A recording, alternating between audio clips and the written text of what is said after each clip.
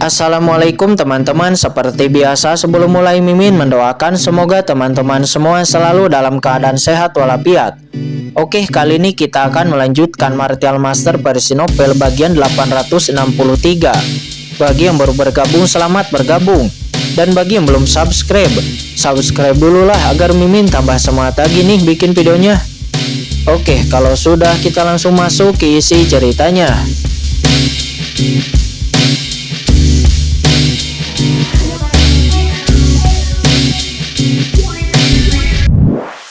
Sensasi itu seperti bilah tajam. Itu sepertinya dapat menembus segalanya. Bahkan Qingchen merasa jiwanya bergetar. Tidak, pukulan ini pasti akan melukaiku dengan serius, kata Qingchen. Seluruh tubuhnya didirikan, dan dia melihat tombak kematian itu berkedip dengan aturan kematian yang menakutkan. Dan sebuah kekuatan yang kuat itu membuat jiwa Qingchen bergetar. Istana Ji Xiaodao, kata Qingchen. Dia segera mengeluarkan istana Ji Xiaodao. Segera istana Ji Xiaodao, harta tingkat yang mulia itu langsung memblokir tombak kematian itu. Apa harta yang mulia? Mayat guru suci itu hampir gila, dan harta di tubuh Qingchen tidak ada habisnya, yang membuatnya hampir gila. Di saat yang sama Qingchen juga mensimulasikan teknik tombak kematian itu dengan buku asal-usul. Apa? Mayat guru suci itu memiliki bola mata yang melotot. Dia terkejut dan sepertinya akan meledak, dan udara kematian di tubuhnya sepertinya bergetar hebat dan menjadi sangat tidak stabil. Karena dia sangat terkejut. Monster macam apa anak ini? Anda harus tahu bahwa tombak kematian adalah metode khusus yang dipadatkan dengan menggunakan aturan kematian. Bahkan jika dia berada di dunia di mana dia menguasai aturan kematian, untuk menguasainya dibutuhkan banyak waktu. Tetapi Qingchen ini menguasai teknik tombak kematian itu hanya dalam sekejap. Apakah orang ini masih manusia? Mungkinkah orang ini adalah reinkarnasi dewa kematian? Mayat guru suci itu nampak terkejut, akan tetapi bagaimana dia bisa tahu bahwa buku asal dalam tubuh Qingchen dapat mensimulasikan peradaban apapun? Dan tombak kematian itu juga adalah salah satu aturan langit, dan itu secara alami dapat disimulasikan. Selanjutnya Qingchen dengan panik melahap udara kematian di sekitarnya dan juga udara kematian dari sungai tulang. Di bawah penelan Qingchen, udara kematian tak berujung memasuki tubuh Qingchen tanpa henti. Bocah ras manusia, kamu telah bermain api. Mayat guru suci itu berbicara dengan marah dan dia meraung lagi. Apakah menurutmu kekuatan guru suci ini hanya ini? Lihatlah kekuatan guru suci ini yang sebenarnya. Gemuruh, keberadaan misterius ini tampaknya benar-benar marah. Dan Qingchen segera merasa bahwa di ujung sungai tulang yang tak berujung tampaknya telah mengirimkan kekuatan yang sangat besar. Dan saat berikutnya, seluruh sungai tulang mendidih. Boom, boom, boom. Kerangka besar lainnya naik dari kedalaman sungai tulang. Kerangka ini ada yang besar dan juga ada yang kecil. Jelas berasal dari ras yang berbeda. Tetapi satu-satunya hal yang sama adalah aura di dalamnya. Guru suci, kerangka tingkat guru suci, mayat guru suci lainnya. Semua kerangka itu ternyata adalah mayat guru suci lainnya. 4 atau 5 dari mereka muncul tiba-tiba.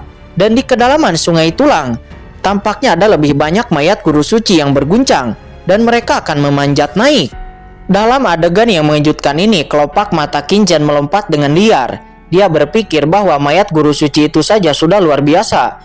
Tetapi dia tidak pernah menyangka bahwa akan ada begitu banyak mayat guru suci yang muncul sekaligus. Dalam sekejap, beberapa mayat master guru suci itu mengepung Qingchen pada saat yang bersamaan. Qingchen sendiri segera merasakan tekanan dan jantung berdebar dengan ekstrim. Nah, terimalah hukuman mati. Beberapa mayat guru suci itu tiba-tiba berkumpul dan menyerang ke arah Qingchen. Cahaya yang dapat mengguncang bumi membanjiri Qingchen. Dan ki kematian yang tak terhitung jumlahnya langsung menjerat Qingchen di dalamnya. Napas kematian kali ini jauh lebih tirani daripada napas kematian sebelumnya. Aura kuno di tubuh Qingchen dengan cepat ditekan, dan tubuh kuno itu bergetar, menggigil di bawah aura kematian ini.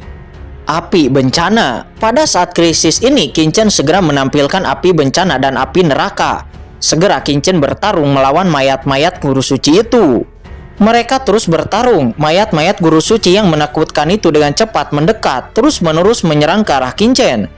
Tetapi tidak satu pun dari serangan mereka yang dapat menyebabkan kerusakan nyata kepada Qingchen. Tetapi sebaliknya, sungai tulang inilah yang diganggu oleh serangan Qingchen.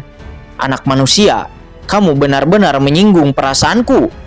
Tiba-tiba suara marah bergema, bergemuruh, dan udara kematian yang tak ada habisnya berlama-lama di atas sungai tulang. Udara kematian hitam ini mengepul dan berubah menjadi awan gelap. Dan di antara awan gelap, sepasang mata gelap muncul, menatap Qingchen dengan tegas. Begitu mata gelap ini muncul, jantung Qingchen tiba-tiba berkontraksi dan napasnya sepertinya akan terhenti. Dia merasakan tekanan yang membuat jantungnya berdebar. Tekanan ini sangat mirip dengan tekanan Lord of the Abyss, ranah yang mulia. Ini ternyata adalah paksaan dari ranah yang mulia. Apakah ada orang di ranah yang mulia di sungai tulang ini? Kata Qingchen. Dia terkejut. Dia mengabaikan hal-hal lain dan matanya tenggelam. Pada saat ini, kepanikan tidak dapat menyelesaikan masalah apapun. Segera Yuan Suci di tubuh Qingchen didesak, dan dia juga segera mengeluarkan pedang karat misterius untuk pertama kalinya.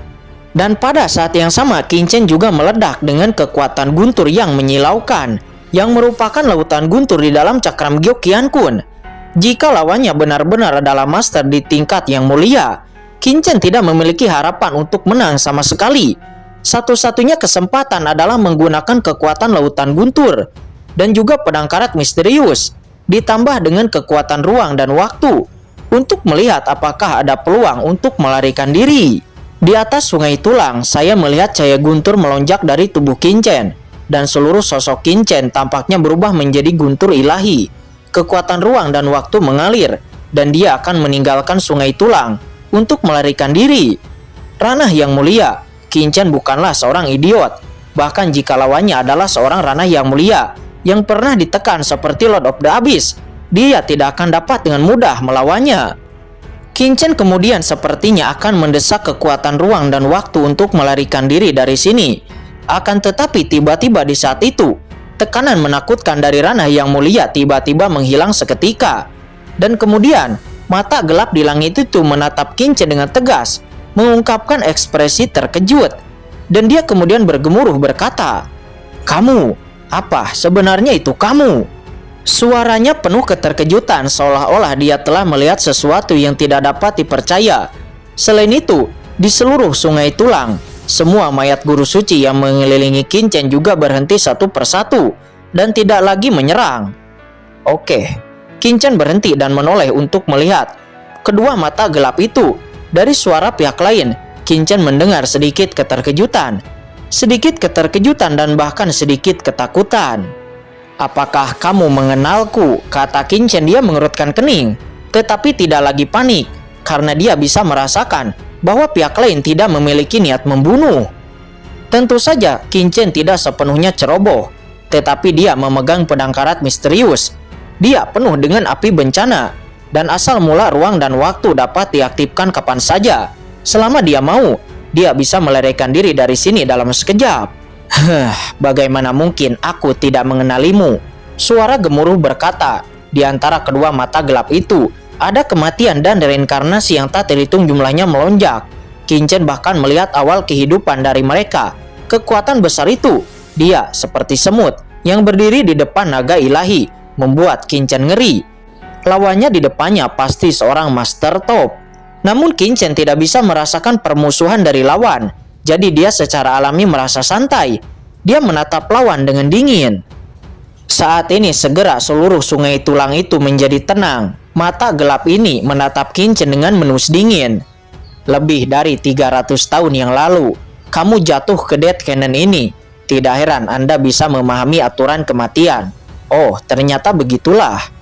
Suara ini mengerang dan sepertinya penuh ketidakpuasan dengan Qingchen. Dan juga sepertinya dengan sedikit kepahitan.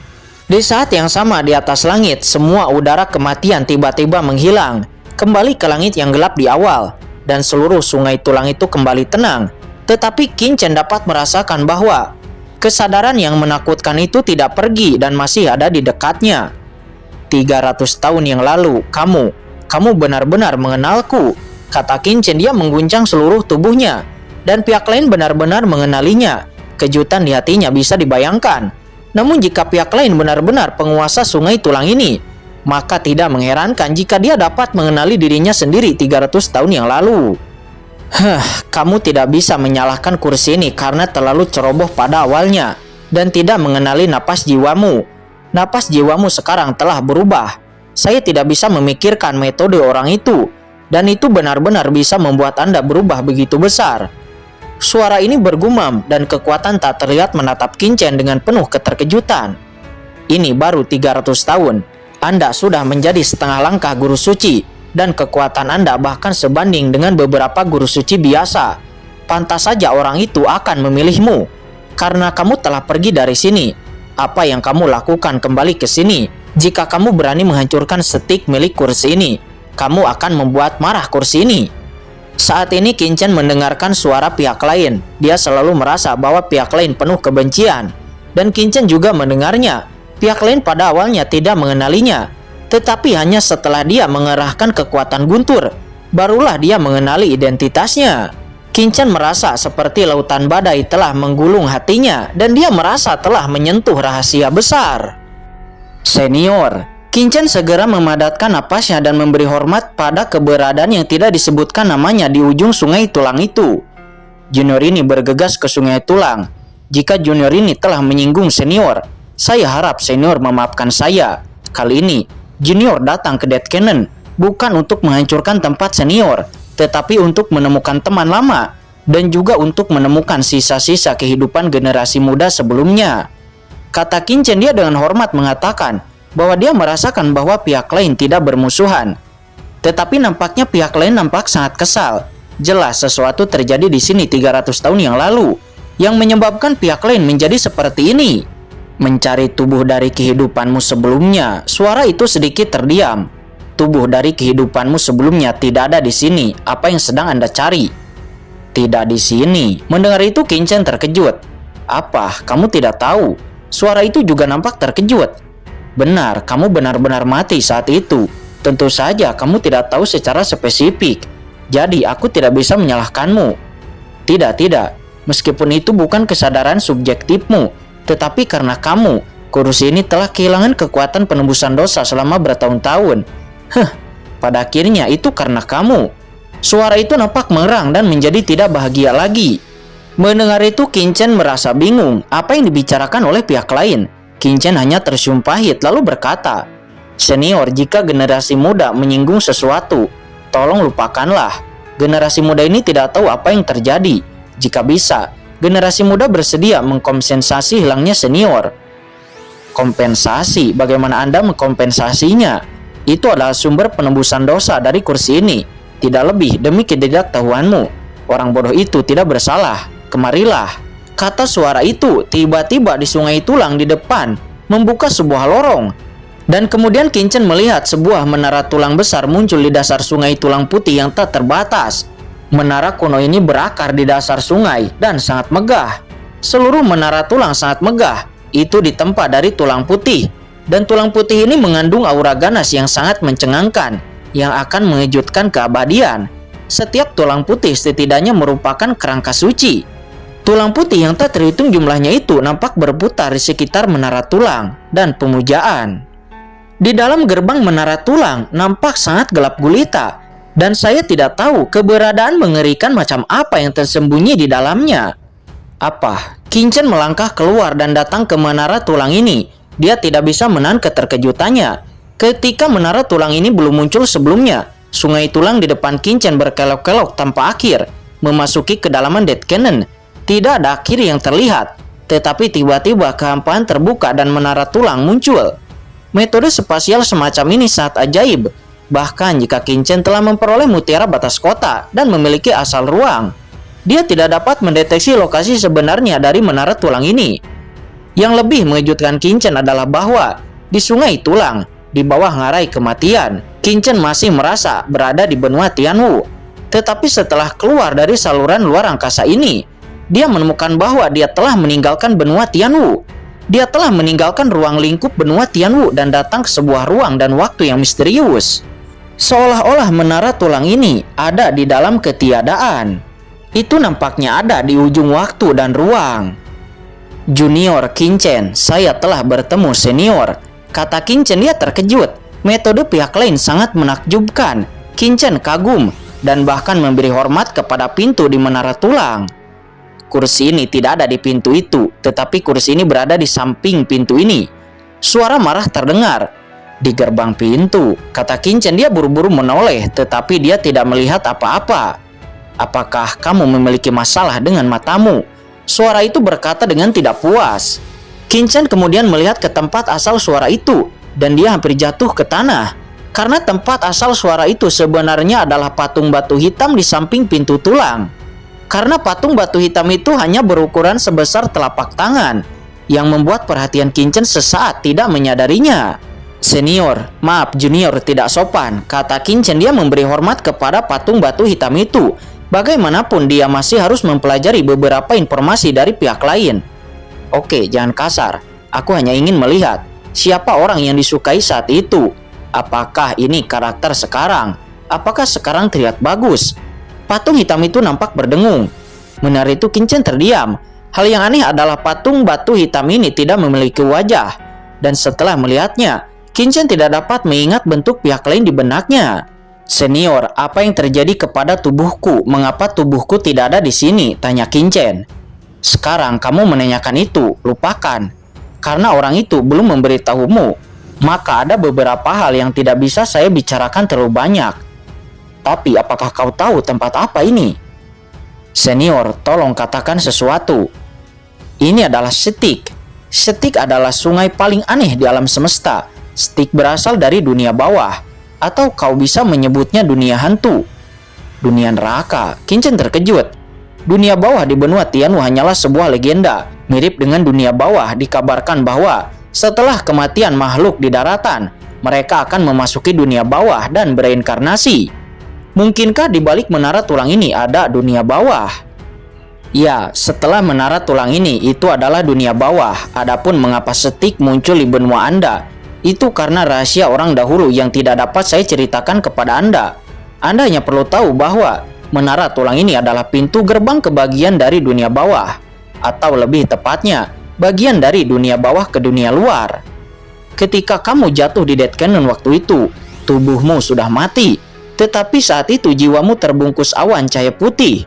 Jiwamu saat itu sangatlah murni. Itu adalah jiwa yang paling murni yang pernah dilihat oleh kursi ini. Saat saya melihat jiwa seperti Anda, kursi ini secara alami akan sangat bahagia. Lagi pula jiwa seperti itu sangat enak untuk kursi ini. Senior, jadi tujuanmu duduk di sini adalah untuk melahap jiwa, kata Kincen. Ahem, melahap jiwa itu hanyalah hobi kecil dari kursi ini. Tujuan dari kursi ini adalah untuk mencegah orang dari dunia bawah memasuki dunia melalui lorong tersebut. Tentu saja itu juga untuk mencegah orang dari dunia untuk tidak memasuki dunia bawah. Oh, penjaga dunia bawah, kata Kincen. Dia menatap patung batu hitam itu. Jika dia tidak melihat kengerian dari pihak lain, Kincen secara alami tidak akan percaya bahwa patung batu hitam yang tidak mencolok ini akan menjadi keberadaan yang menakutkan yang menjaga gerbang dunia bawah.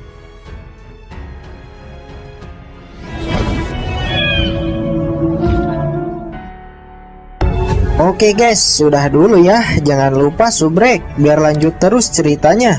Bagi yang sudah subrek, mudah-mudahan dimudahkan rezekinya. Mimin undur diri. See you next and goodbye.